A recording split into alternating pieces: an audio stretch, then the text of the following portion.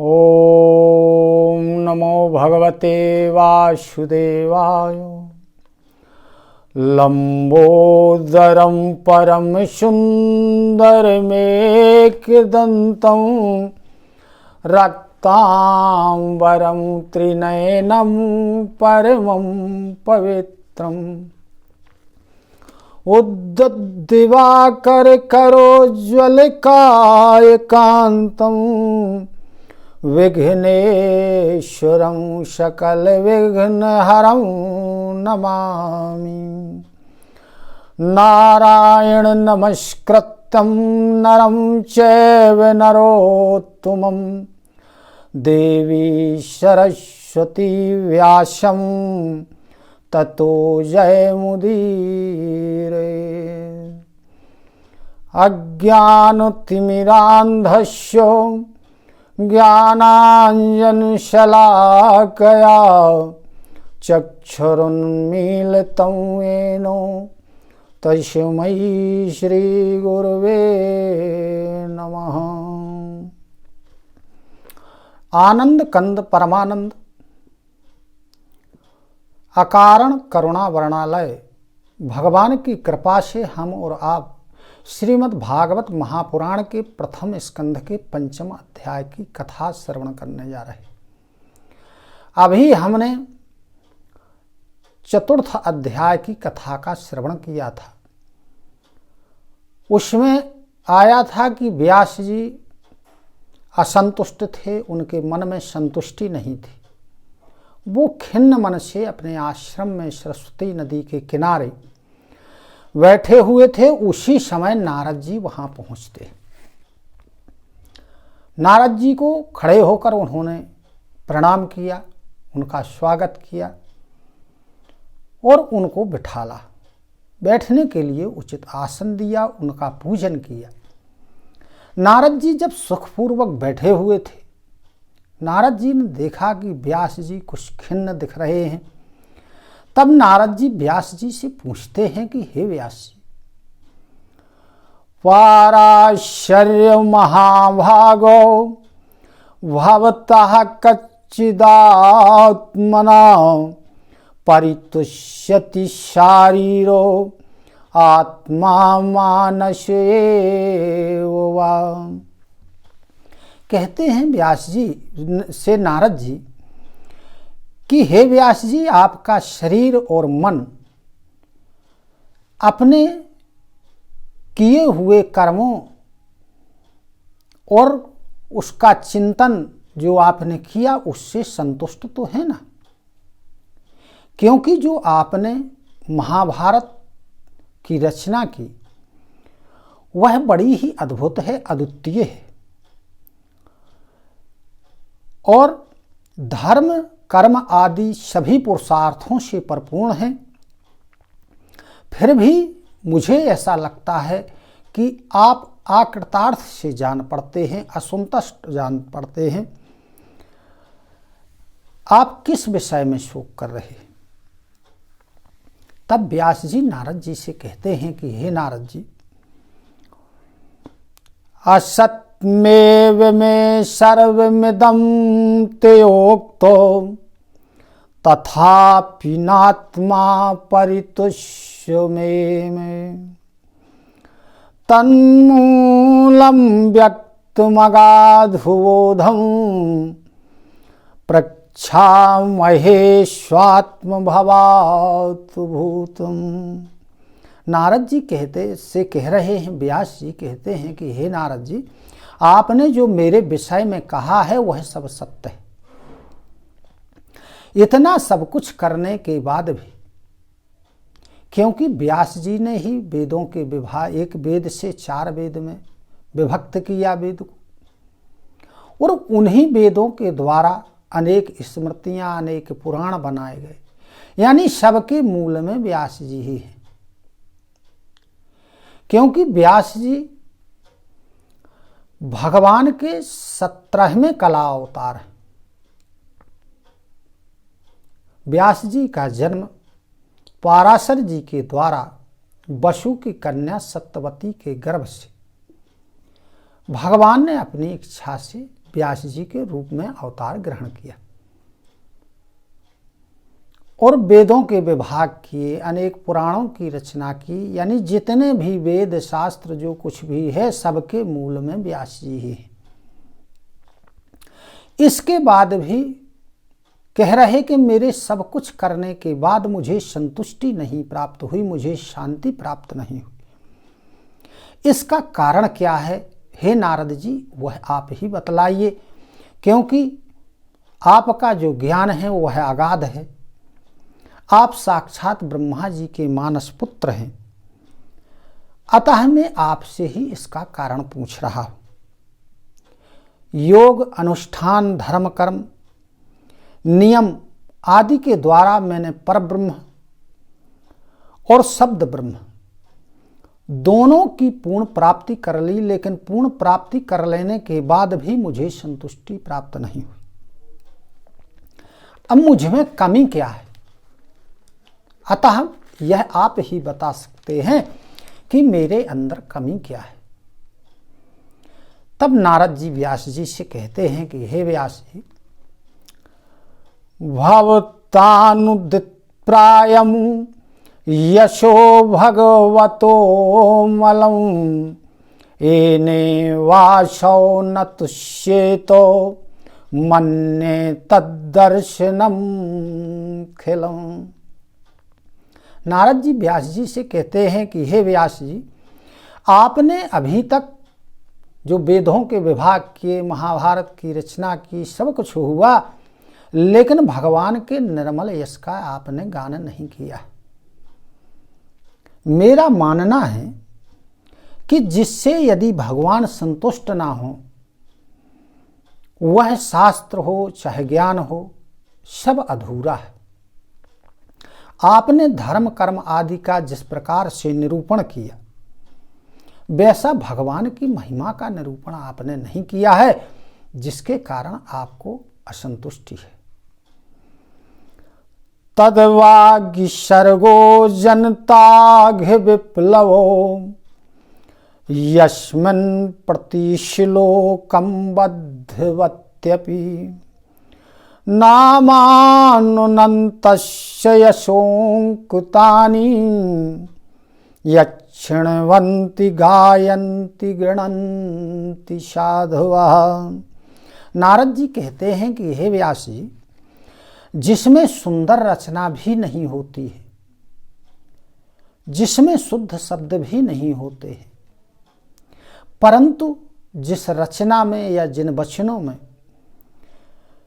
भगवान के श्रेष्ठ सूचक नामों का उल्लेख होता है या उच्चारण होता है, वह वाणी लोगों के सारे पापों को नष्ट कर देती है। यदम हि पुंसस्तपसः श्रुतस्य वा स्वष्टस्य सूक्तस्य च बुद्धिदत्ययो अविच्युतोऽर्थः कविर्निरूप्तो यद्युत्तमे श्लोक गुणानुवर्णनम।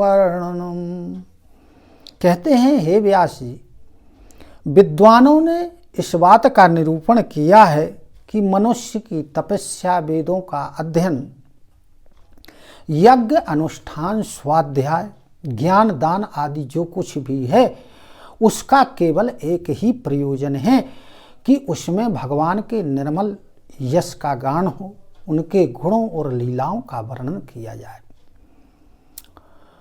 अहम पुरातीत भवे भवम मुने दास्यास्तु कस्याचन वेदिवादनम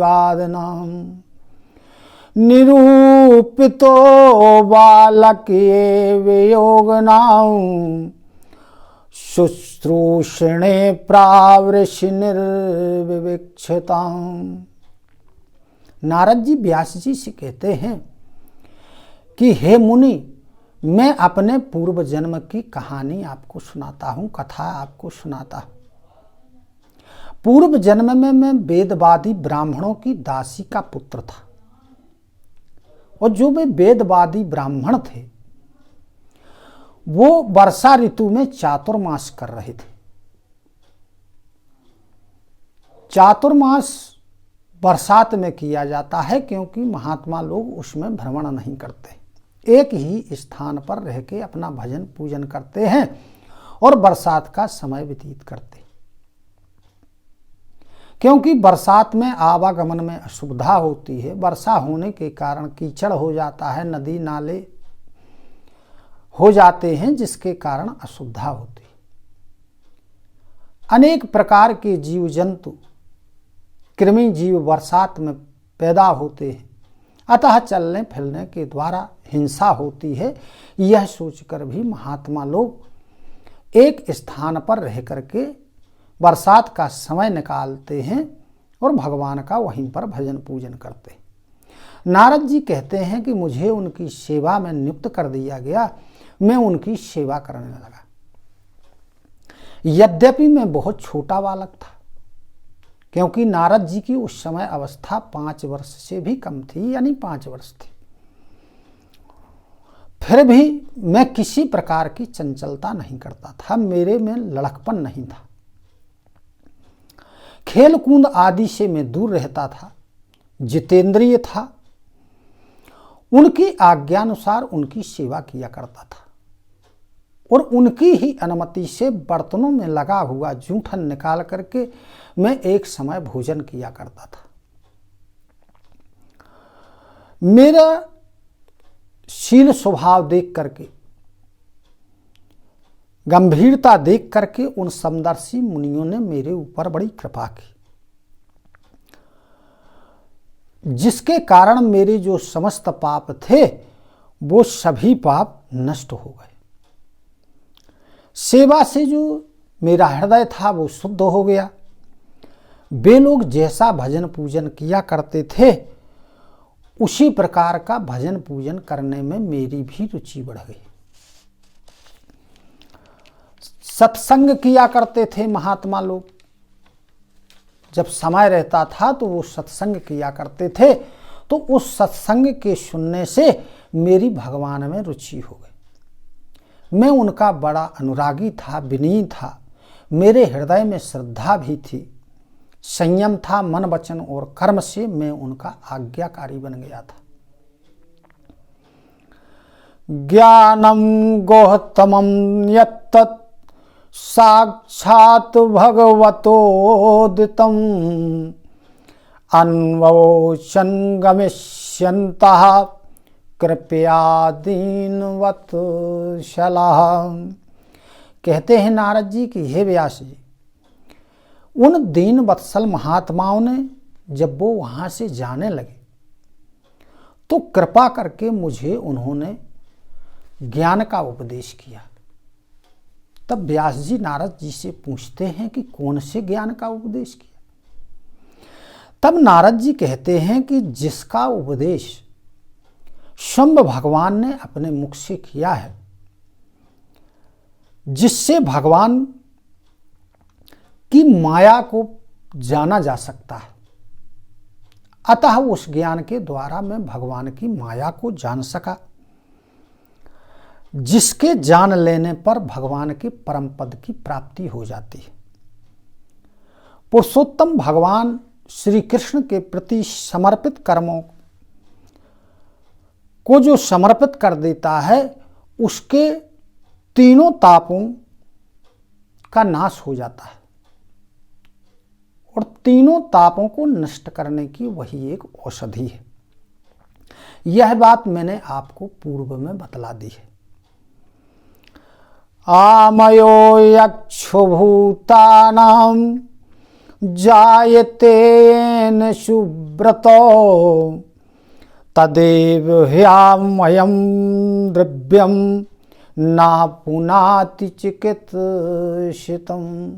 नारद जी कहते हैं कि हे व्यास जी, जिस पदार्थ के खा लेने पर कोई रोग पैदा हो जाता है, यदि वही पदार्थ चिकित्सा विधि के द्वारा उसको दिया जाए तो क्या वो रोग को दूर नहीं करता? यानी जब चिकित्सा विधि से दिया जाता है तो वो उस रोग को दूर कर देता है। इसी प्रकार जो ये सांसारिक कर्म है या जो धार्मिक कर्म है, ये सभी जितने प्रकार के कर्म हैं, ये व्यक्ति को जन्म मृत्यु के चक्कर में डालने वाले, फंसाने वाले। लेकिन जब वही कर्म भगवान को समर्पित कर दिए जाते हैं तो उनका जो कर्मपना होता है वह नष्ट हो जाता है और उसी के द्वारा व्यक्ति का कल्याण होता है। नमो भगवते तुभ्यं वासुदेवाय धीमहि प्रद्युम्नमाया निरुद्धाय नमः संकर्षणाय च। नारद जी कहते हैं कि हे प्रभु, आप भगवान को हम नमस्कार करते हैं, हम आपका ध्यान करते हैं। प्रद्युम्न, अनिरुद्ध और संकर्षण आदि को भी हम नमस्कार करते हैं। जो नाम के द्वारा भगवान का पूजन करता है उसी का ज्ञान पूर्ण और यथार्थ माना जाता है। व्यास जी से कहते हैं कि हे व्यास जी, जब मैंने भगवान की आज्ञा का इस प्रकार से पालन किया तब भगवान श्री कृष्ण ने मुझे आत्मज्ञान, ऐश्वर्य और अपनी भाव रूपा प्रेमा भक्ति का दान किया। हे व्यास जी, आपका ज्ञान पूर्ण है, आप भगवान की कीर्ति का, उनकी लीला का वर्णन कीजिए। उसी से बड़े बड़े ज्ञानियों की, बड़े बड़े योगियों की जिज्ञासाएं पूर्ण होती हैं। इससे आपको भी शांति प्राप्त होगी। अन्य और कोई दूसरा इसका साधन नहीं है। बोलो वृंदावन बिहारी लाल की जय। ओम नमो भगवते वासुदेवाय नमः। नमो नारायणाय नमः। कृष्णं नारायणं वन्दे, कृष्णं वन्दे व्रजप्रियं। कृष्णं द्वैपायनं वन्दे, कृष्णं वन्दे जगद्गुरुं। हरि ओम तस्सत्, हरि ओम तस्सत्, हरि ओम तस्सत्।